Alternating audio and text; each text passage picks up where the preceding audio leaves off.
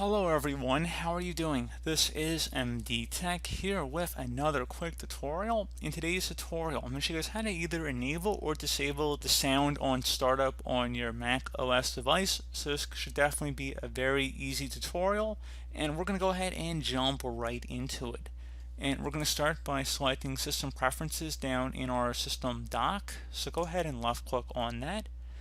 Select where it says Sound. And then where it says play sound on startup, all you have to do is uncheck that if you want to disable sound on startup, and inversely if you want to enable sound on startup, just would check mark that there. Again, very simple, and that's all you have to do. So as always, thank you guys for watching this brief tutorial. Do hope that I was able to help you out, and I do look forward to catching you all in the next tutorial. Goodbye.